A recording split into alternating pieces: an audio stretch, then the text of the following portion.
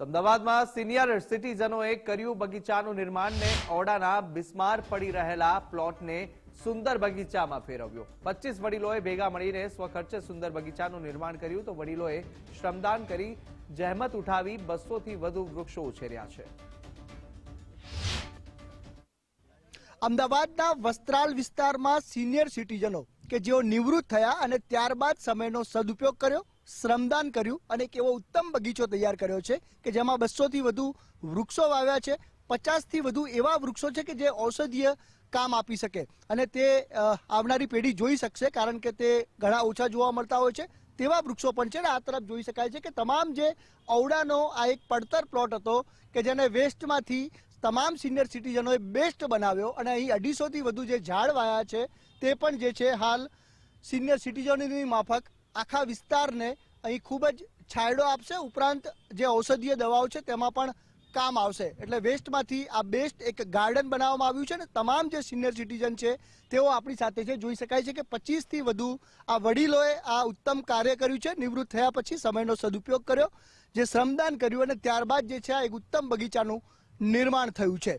આ તમામ જે વડીલો છે તેમની સાથે આપણે વાત કરીશું। આપણી સાથે સૌથી પહેલા શુક્લાજી છે, જેઓ ફોરેસ્ટ ઓફિસર હતા અને નિવૃત્ત થયા બાદ તેમનો જે અનુભવ હતો તે પણ અહીં કામ લાગ્યો। શુક્લાજી, તમારા અનુભવનો ખરો નિચોડ તમે અહીં લાવ્યા છો, આની અંદર શું શું ખાસ વિશેષતાઓ છે? આવો વિચાર કઈ રીતે આવ્યો, ક્યારથી આ બનાવ્યો? આમાં ખાસ વિશેષતા એ છે કે આ પ્લોટમાં 51 જાતની વનસ્પતિ ઉછેરવામાં આવી છે, જેમાં ગળો છે અને જે અરડુસી છે, સેતુર છે, એ ટાઈપના જે વૃક્ષો ક્યાંય જોવા મળે નહીં, એ ઔષધિ જોવા ન મળે એ અહીંયા રોપવામાં આવી છે। જેમ કે રાયણ છે, જાંબુ છે, મવડો છે, બેહડો છે, આંબો છે, આ પ્રકારના વૃક્ષો અમે વધારેમાં વધારે ઉછેર્યા। એટલે એનો એક પણ નંગ ખરાબ ન થાય એની અમે ખૂબ કાળજી રાખીએ છીએ, પાણી પાઈએ છીએ અને અમારા સાથીદારોએ આ મહેનત કરી છે। આ જ જગ્યાએ ઊંડો ખાડો હતો, એનું પુરાણ કર્યું છે અને પુરાણ કર્યા બાદ એટલે કે લગભગ 30 ફૂટનું પુરાણ ઊંડું કરવું પડ્યું છે। કેટલા ઝાડો છે અને કેટલો આનંદ આવે? આમાં 51 ઝાડો છે, દરેકના પ્રકાર અલગ છે। આપણે આયુર્વેદિક તરીકે બી ઝાડ છે એને બી અંદર છે, આપણા પર્યાવરણને અનુકૂળ આવે, ઓક્સિજન પૂરો પાડે એવા બી ઝાડો છે અને બધું આ શ્રમ યજ્ઞથી જ કર્યું છે, અમારી જાત મહેનતથી જ કર્યું છે। અમને મ્યુનિસિપાલિટી સહકાર આપ્યો છે, આજુબાજુની સોસાયટીએ પણ પાણી માટે પહેલાં સહકાર આપ્યો, પછી મ્યુનિસિપાલિટીનું પાણી આવ્યું હતું। એ રીતે દરેકનો સહકારથી આ અમારા સિનિયર સિટીઝન છે, બધા અડધા ઓફિસરો છે, અડધા બિઝનેસમેન છે, એ બધા સંભાળથી એકબીજાના શ્રમદાન, યોગદાન, આર્થિક દ્રષ્ટિએ બધું સાથે પૂરું કરીને કામ કરીએ છીએ।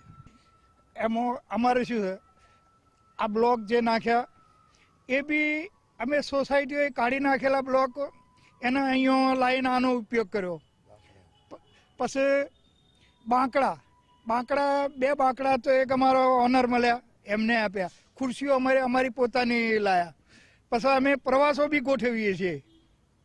અહીંયા પ્રવાસ ગોઠવવાનો, નાસ્તો કરવો, કોઈ વખત આનંદ, ફૂલ આનંદ કરવાનો। હા, બસ આનંદ, વડીલોનો આનંદ। હા, વડીલોનો આનંદ કરવા માટે જ આ જગ્યા બનાવી છે। આ તમામ વડીલો છે કે જેમણે આ ઉપવન એક પ્રકારનું તૈયાર કર્યું છે। 200 પ્લસ 50 જેટલી ઔષધિઓ એટલે 250 થી વધુ જે છે અહીં ઝાડોનું વાવેતર કર્યું છે। તેમનો જે નિવૃત્ત કાળ છે તેનો સદુપયોગ કર્યો છે અને જે શ્રમ અહીં તેમણે આપ્યું છે, એટલે કે જે વડીલો છે તે આજની પેઢીનો છાંયડો કહેવાય છે, પરંતુ તેમણે જે છાંયડો ઊભો કર્યો છે તે આવનારી પેઢીને પણ છાંયડો પૂરો પાડશે। કેમેરા પર્સન યોગેશ ઠક્કર સાથે સંજય જોશી, ગુજરાત ફર્સ્ટ, વસ્ત્રાલ, અમદાવાદ।